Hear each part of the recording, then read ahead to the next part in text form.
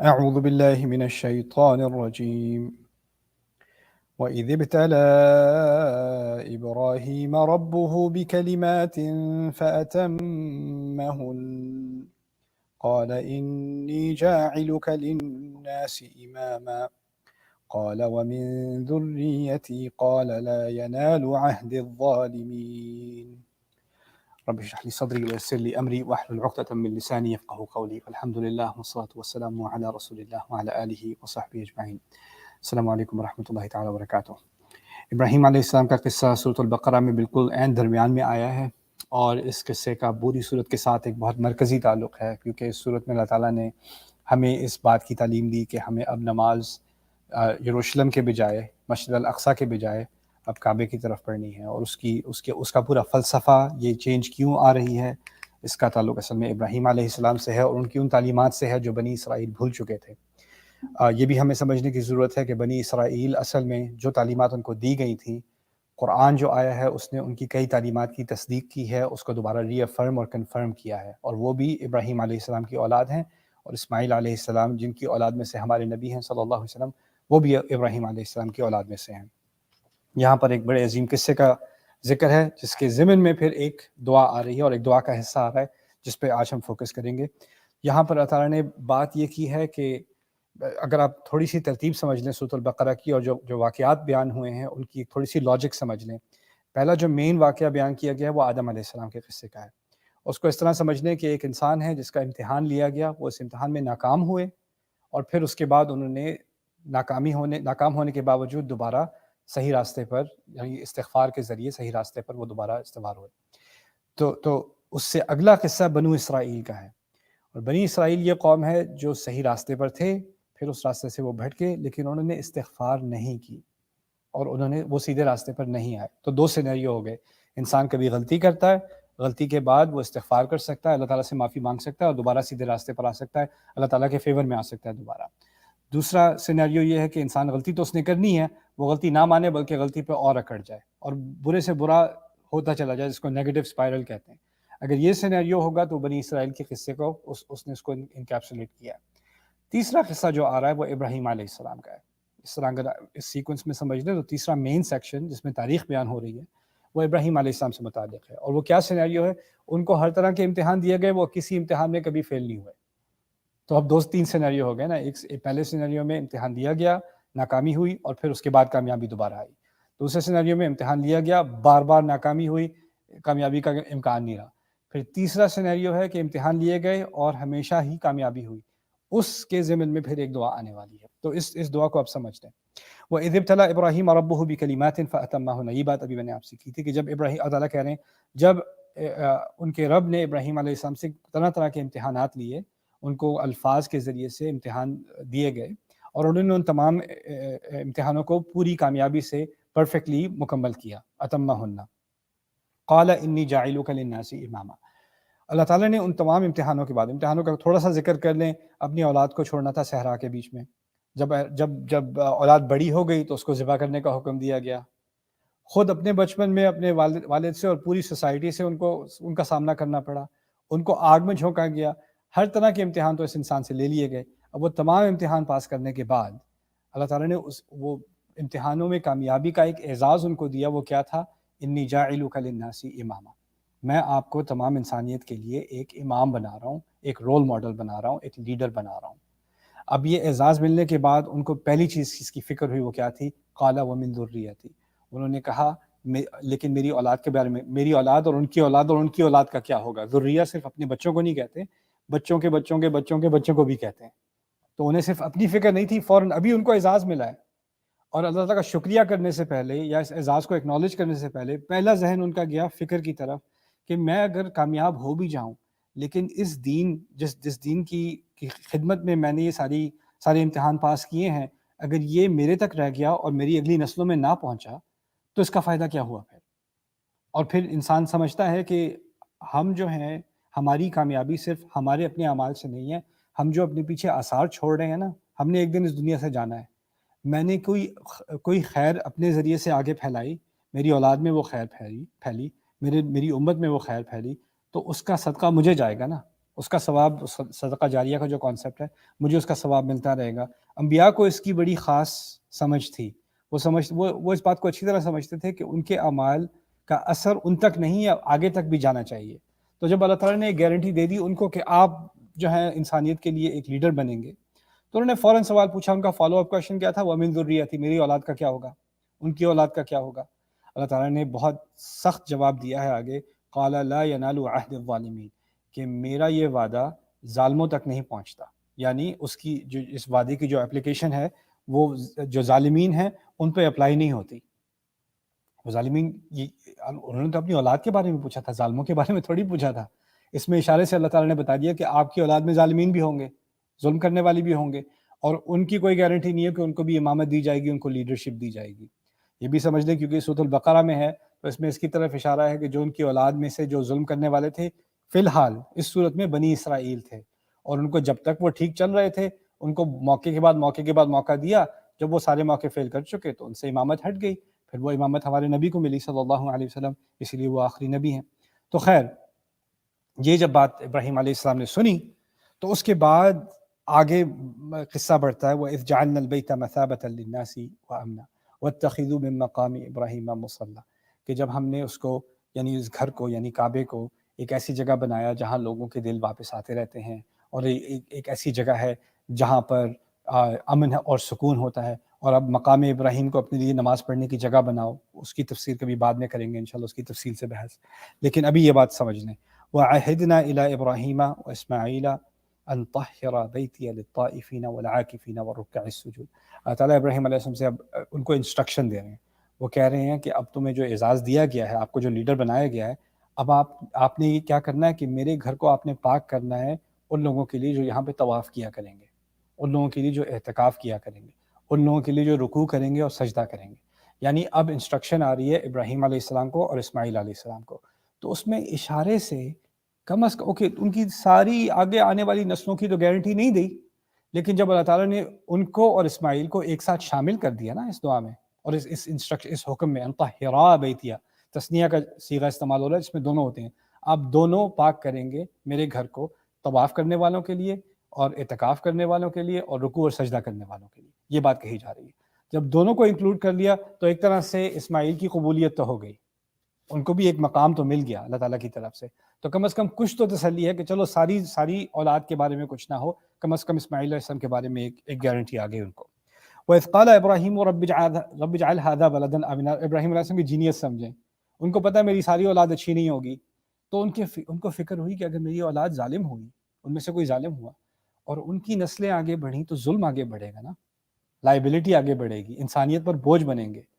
تو انہوں نے ایک بڑی پیاری دعا کی ہے اور اس کے اندر بڑی حکمت ہے، انہوں نے کہا رب اجعل ھذا بلدا آمنا، میرے رب اس کو ایک پرامن زمین بنا دے، ایک پرامن مکان بنا دے، ملک بنا دے، شہر بنا دے، وارزق اہلہ من الثمرات، اور اس کے رہنے والوں کو ہر طرح کے پھلوں کا رزق دے، من آمن منہم باللہ والیوم الآخر، لیکن ان میں سے صرف ان کو پھل دے جو اللہ پر ایمان لائیں اور آخرت پر ایمان لائیں، یعنی جو آخرت پر ایمان نہ لائیں، جو اللہ پر ایمان نہ لائیں، ان کو کوئی زیادہ رزق دینے کی ضرورت نہیں ہے، کیونکہ وہ اگر کھائیں پیئیں گے تو اپنے کفر میں اور ناشکری میں ہی اضافہ ہوگا، ان کی مجھے فکر نہیں ہے۔ میں چاہتا ہوں کہ جو میرے دین پر قائم ہیں، جو آپ کی ہدایات پر قائم ہیں، جو اللہ پر ایمان رکھتے ہیں، آخرت پر ایمان رکھتے ہیں، ان کو اچھی دنیا بھی ملے۔ آپ کو پتہ ہے حج کے مقام پہ ہم دعا کرتے ہیں ربنا آتنا فی الدنیا حسنہ وفی الآخرۃ حسنہ وقنا عذاب النار، وہ بھی سورۃ البقرہ میں ہے کہ ہم اللہ تعالیٰ سے دین اور دنیا دونوں کی خیر مانگتے ہیں، اور یہ فلسفہ کہ دین یعنی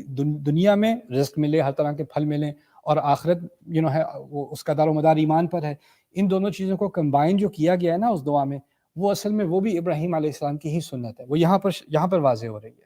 تو یہاں وہ کہہ رہے ہیں کہ میرے جو میری اولاد میں سے جو اللہ پر اور آخرت پر ایمان رکھتے ہیں ان کو ہر طرح کے پھل کھلا دینا، ان کو یہاں پر امن دے دینا۔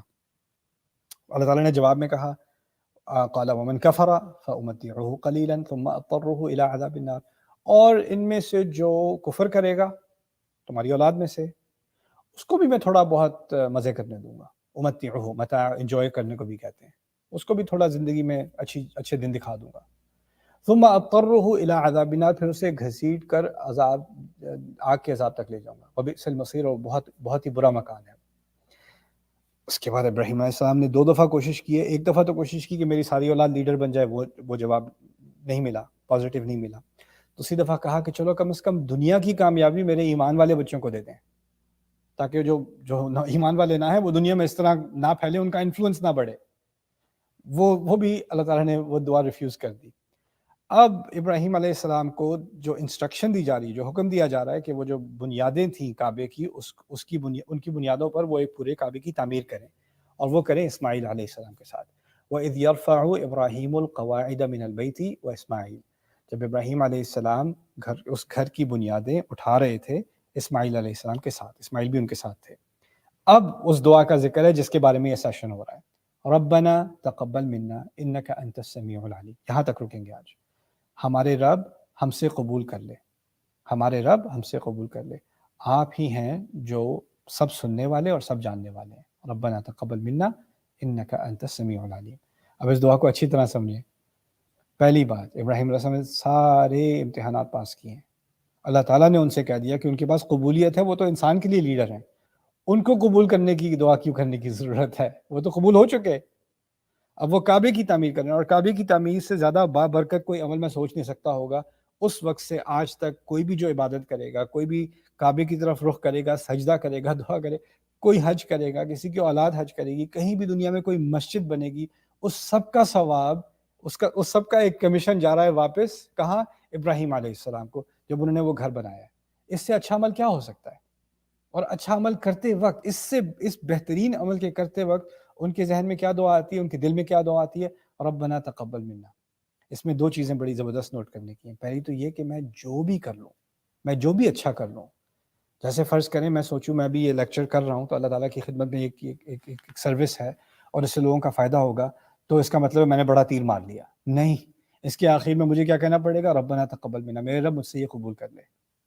کیونکہ ہو سکتا ہے لوگوں کا فائدہ ہو جائے، ہو سکتا ہے آپ کی خیرات سے کوئی مسجد بن جائے، یا کسی یتیم کی پرورش ہو جائے، ہو سکتا ہے میرے اچھے کام سے، میری اچھی تعلیمات سے، یا آپ کے کسی اچھے عمل سے کوئی دنیا میں خیر پھیلے. اس کا مطلب یہ نہیں ہے کہ آپ سے قبول ہو گیا. اس کا فائدہ ہو گیا، وہ اپنی جگہ ہے، لیکن اس کی قبولیت اور مسئلہ ہے. اور آپ کا جو پیچھے کا ٹریک ریکارڈ ہے نا، انہوں نے سارے امتحان پاس کیے ہیں، وہ تو کامیاب رہے ہیں نا. فَأَتَمَّهُنَّ، آپ کی پچھلے سارے کارنامے، ساری کامیابیاں اس بات کی ضمانت نہیں دیتی کہ جو اگلا اچھا کام آپ کر رہے ہیں اس میں کوئی گارنٹی ہے آپ کے پاس، کوئی ضمانت ہے کہ وہ قبول ہی ہوگا. مجھے اس وقت بھی سارا کچھ کرنے کے بعد اگر میں کوئی اچھا کام کروں گا تو مجھے کہنا پڑے گا ربنا تقبل منا، دل سے کہنا پڑے گا ہمارے رب ہم سے یہ قبول کر لے. کیونکہ مجھے اس بات کا اعتراف کرنا پڑے گا کہ میں جو نماز بھی پڑھوں تو میری نماز میں کتنی خامیاں ہوں گی. ذہن کہاں جاتا ہے، میں نے سجدہ ٹھیک سے کیا نہیں کیا. اور ہم میں سے کون کہہ سکتا ہے کہ ہم نے نماز ایسی پڑھی کہ اللہ کا حق ادا کر دیا، یا ہم نے اللہ کی حمد ایسے کی کہ اللہ کا حق ادا کر دیا، یا ہم نے دعوت ایسی دی کہ دعوت کا حق ادا کر دیا، یا ہم نے ذکر ایسا کیا کہ ذکر کا حق ادا کر دیا. وہ تو ممکن ہی نہیں ہے ہمارے لیے. ما قدر اللہ حق قدرہ، سورۃ الحج میں آ گیا. انہوں نے اللہ کی قدر کی ہی نہیں جیسے اس کی قدر کرنے کا حق ہے.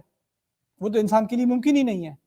یعنی میں کوئی بھی اچھا عمل کر لوں اس میں گیپس ہوں گی، اس میں خلل ہوگا، اس میں خامی ہوگی، اور اس خامی کو صرف اللہ تعالیٰ خامیوں کے باوجود قبول کر لے.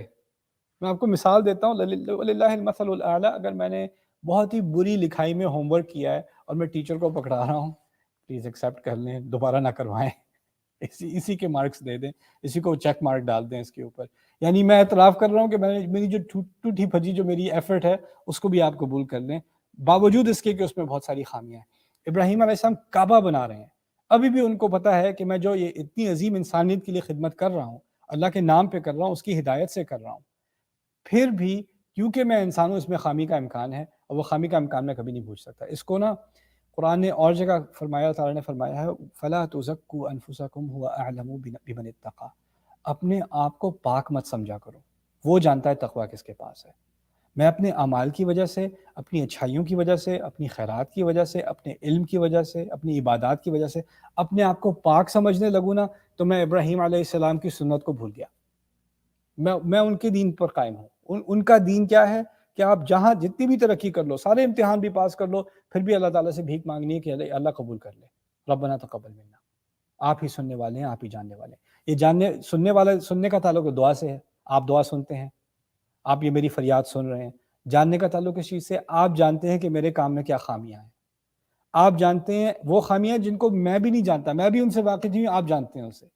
اس بات کی ایکنالجمنٹ ہے کہ میں سیلف رائچس نہ بنوں، میں اپنے آپ اپنے گھمنڈ میں نہ آ جاؤں کہ میں نے بڑا تیر مار لیا، میں نے بہت کچھ اکامپلش کر لیا۔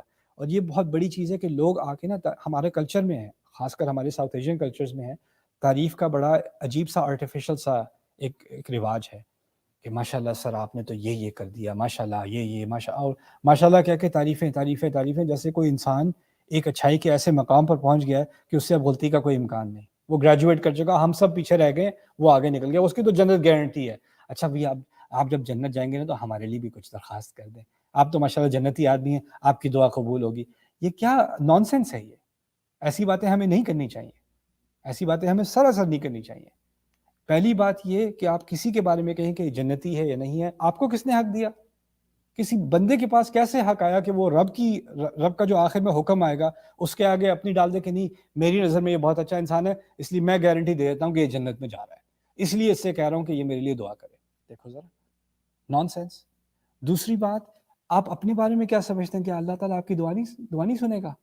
آپ بہت گر چکے ہیں، آپ کے آدم علیہ السلام کی دعا بھول گئے، ان سے غلطی ہوئی، وہ زمین تک نیچے لائے گئے، پھر بھی وہ دعا تو کر رہے ہیں نا، وہ کسی اور سے تھوڑی کر رہے، وہ کہہ رہے ہیں فرشتوں سے تھوڑی کر رہے ہیں یار تم سے تو غلطی نہیں ہوئی، تم میرے لیے دعا کر دو، وہ خود ہی کر رہے ہیں نا۔ تو مجھے تو اللہ تعالیٰ نے ایک دروازہ کھولا ہے دعا کا، اس کا مطلب یہ نہیں آپ کسی اور کے واسطے سے دعا کر رہے ہیں، آپ کو خود دعا کرنے کو کہا ہے، آپ کا براہ راست تعلق ہے اللہ تعالیٰ سے۔ اسی لیے فاتحہ میں نے خود کسی اور سے نہیں کہلوانا کہ آپ دعا کریں کہ ہدایت کر دیں، مجھے خود کہنا ہے اہدنا الصراط المستقیم، میں کسی سے کہلوانا نہیں ہے، میں نے خود کرنی ہے، میرا خود براہ راست اللہ تعالیٰ سے ہم کلام، مجھے اس سے ہم کلام ہونا ہے۔ تو یہاں پر ربنا تقبل منا بہت ضروری ہے۔ ایک تو ہم اپنی اچھائیوں کو بھی نہ سمجھیں کہ بڑا اچھا کام ہو گیا، نہیں، اس اچھائی کرنے کے بعد بھی اللہ تعالیٰ قبول کر لے۔ یہاں ایک اور بات بھی سمجھ میں آ گئی، وہ کیا ہے کہ اس وقت جب وہ یہ تعمیر کر رہے تھے نا تو لاکھوں لوگ، کروڑوں لوگ، ارب لوگ نہیں تھے، وہ صرف وہی دو تھے۔ تو وہ یہ نہ سمجھے وہ صحرا کے درمیان میں، تو اب جب وہ چھوٹا سا گاؤں ہے تو وہ بنا رہے ہیں، اب کعبے کی تعمیر کر رہے ہیں، ان کے دماغ میں یہ نہیں یہاں کون آئے گا، یہاں کا تو ویدر بھی ایسا ہے، موسم بھی ایسا ہے، یہاں پہ نہ کوئی اکانومی ہے نہ کچھ ہے، یہاں پر کیوں لوگ آئیں گے، اس کو کون اپریشیٹ کرے گا؟ انسان کو ہوتا ہے جب تک کوئی لوگ تعریف نہ کر دیں، لوگ اکنالج نہ کر دیں، کوئی ایوارڈ نہ دے دیں، تو اس خدمت کا فائدہ کیا؟ ان کی ذہنیت میں ایک بات بڑی صاف تھی، لوگوں کو پتہ چلے نہ چلے، اللہ کو یہ کام قبول ہے، اللہ کو یہ قبول ہو جائے میرے لیے کافی ہے۔ اب میں ایز اے ٹیچر یا میں ایز اے اسپیکر میں کہیں جاتا ہوں، کبھی آڈینس میں 2000 لوگ ہیں، کبھی 5000 لوگ ہیں، کبھی 10,000 لوگ ہیں، اگر میں کہیں جاتا ہوں اور 3 لوگ بیٹھے ہوئے ہیں، 2 لوگ بیٹھے ہوئے ہیں، تو میں کہوں یہ پروگرام تو ناکام ہو گیا، تو یہ اصل میں میری ناکامی ہے، کیونکہ میں بھول گیا کہ میں کر کیوں رہا ہوں، میں یہ کام کر رہا ہوں میرا رب قبول کر لے، آگے 3000 بیٹھے ہیں یا 2000 بیٹھے ہیں یا کوئی بھی نہیں بیٹھا، اس کا تعلق میرے ساتھ نہیں ہے، اس کا تعلق وہ میرا رب جانتا ہے کیا قبول ہوگا۔ ہو سکتا ہے کہ وہ 3 لوگوں والا پروگرام اللہ قبول کر لے اور وہ 10,000 لوگوں والا پروگرام اللہ قبول نہ کرے، یہ نہیں ہو سکتا، کیونکہ میں قبولیت لوگوں سے ڈھونڈ رہا ہوں، ویلیڈیشن کہیں اور سے دیکھ رہا ہوں۔ اس سے میری مینٹیلٹی صاف ہوگی کہ میں نے دنیا کو، لوگوں کے کامنٹس کو، لوگوں کے اوپینینز کو، اس کو میں نے اپنے ذہن سے مٹا دیا ہے۔ میں نے کیا کرنا ہے، میرے رب کو قبول ہے وہ میرے لیے کافی ہے، اسی کے پیچھے میں لگا ہوا ہوں۔ ربنا تقبل منا انک انت السمیع العلیم۔ اور اس میں آخری خوبصورت بات میں نے آخری کے لیے سب سے لاسٹ کے لیے چھوڑ دی، وہ کیا تھی؟ ابراہیم علیہ السلام کو فکر شروع سے کس بات کی تھی؟ اپنی اولاد کی تھی، رائٹ؟ میں نے شروع میں بات کی تھی، ان کو فکر اپنی اولاد کی ہوئی۔ اگر آپ ان آیات کا مطالعہ کریں تو آپ کو شروع سے نظر آئے گا رب اجعل ھذا بلدا آمنا، دین اس کے بعد میں شروع سے ہی پڑھتا ہوں، ومن ذریتی، میری اولاد، میں کا ذکر، ٹھیک ہے؟ پھر اس کے بعد ابراہیم علیہ السلام کہتے ہیں رب اجعل ھذا بلدا آمنا، میرے رب، میں کا ذکر دوبارہ، اوکے۔ اس کے بعد یہاں پر ابراہیم علیہ السلام تعمیر کر رہے ہیں، اب یہ نہیں کہتے ربی تقبل منی، میرے رب اسے مجھ سے قبول کر لے، اب کہتے ہیں ہمارے رب ہم سے قبول کر لیں۔ کعبے کی تعمیر ہو رہی ہے، ان کو پتہ ہے اللہ تعالیٰ کی طرف سے قبولی آ جائے گی، ان کو پوری امید ہے۔ انہوں نے کیا کیا؟ اپنی جینیس میں اپنی اولاد کو، اسماعیل کو، اس دعا میں شامل کر کے کہا ہم دونوں سے قبول کر لیں، ربنا تقبل منا، ربنا تقبل منا۔